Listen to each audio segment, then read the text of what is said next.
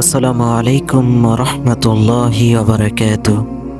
আশা করি সকলে ভালো আছেন। আলহামদুলিল্লাহ। কিয়ামত ঘটার আগে শেষ রমজানে পৃথিবীতে কি ঘটবে? প্রিয় বন্ধুরা, কিয়ামতের পূর্বে শেষ রমজান কেমন হবে? সেই রমজানের মধ্যে আকাশ থেকে একটা বিকট শব্দ শোনা যাবে। সেটা কিসের শব্দ হবে? এমন এক রমজান আসবে যার পর 1 বছরের মধ্যে আমাদের পার্থিব জীবন শেষ হয়ে যাবে। হ্যাঁ, সেই রমজানের পরে কিয়ামত আসবে। সেই রমজানের আলামতই বা কী হবে? মানুষ কিভাবে জানতে পারবে এটাই পৃথিবীর শেষ রমজান? এই পৃথিবীর শেষ কিভাবে হবে তা নিয়ে বিভিন্ন বিজ্ঞানীর বিভিন্ন তথ্য দিয়েছেন। কেউ কেউ বলেন যে সূর্য আমাদেরকে গ্রহ থেকে তার তাপ দেওয়া বন্ধ করে দেবে। সূর্যের আলো পৃথিবীতে প্রাণের সবচেয়ে অবিচ্ছেদ্য অংশ। কিছু কিছু বিজ্ঞানীরা বলেছেন পৃথিবীতে সমস্ত প্রাণী শেষ হয়ে যাবে, কারণ হয়তো ওজোন স্তর বিলুপ্ত হয়ে যাবে।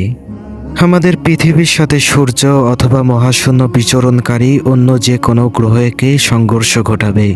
প্রিয় দর্শক, কিয়ামতের বেশ কিছু আলামত বিভিন্ন হাদিসের কিতাবে এবং কোরআনে বর্ণিত হয়েছে। যাই হোক, কিয়ামতের কিছু লক্ষণ ইতিপূর্বে সত্য প্রমাণিত হয়েছে।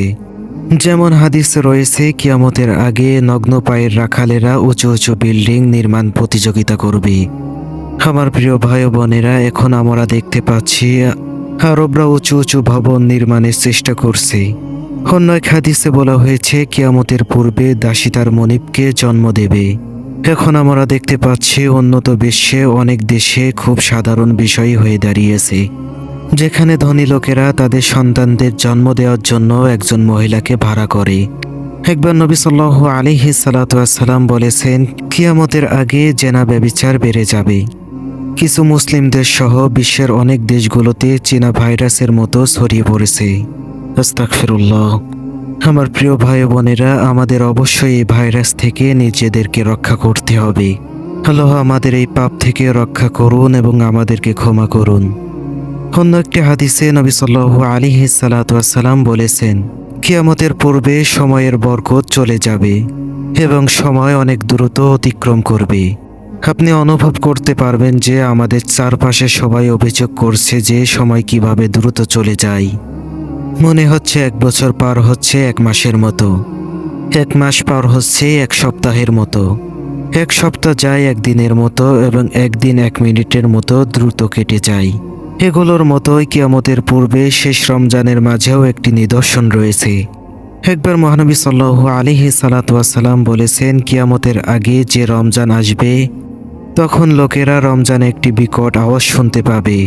এই আওয়াজ এতটাই রহস্য এবং ভয়ঙ্কর হবে যে মানুষ ও অন্যান্য প্রাণী ভয় পেয়ে যাবে এবং সবাই সেই আওয়াজের উৎস খোঁজার চেষ্টা করবে, কিন্তু তারা সেই আওয়াজের উৎস খুঁজে পাবে না। সেই রমজানের পর থেকে মানুষ তাদের ঘরের মধ্যে 1 বছরের খাবার জমা করা শুরু করবে, কারণ সেই আওয়াজের পর জমিনে আর ফসল হবে না এবং মানুষ অনাহারে থাকবে। ব্যাপক দুর্ভিক্ষ দেখা দেবে। প্রিয় ভাই ও বোনেরা, মুসলিম হিসেবে আমরা কিয়ামতের দিবস বিশ্বাস করি এবং কিয়ামতের দিন সম্পর্কে আমাদের মনে কোনো সন্দেহ নেই। তাই আমাদের উচিত সেই দিনের জন্য নিজেদেরকে প্রস্তুত থাকা, সেই দিনের জন্য বেশি বেশি নেক আমল করা এবং আমাদেরকে প্রতিদিন আরও ভালো মুসলমান হওয়ার চেষ্টা করা উচিত।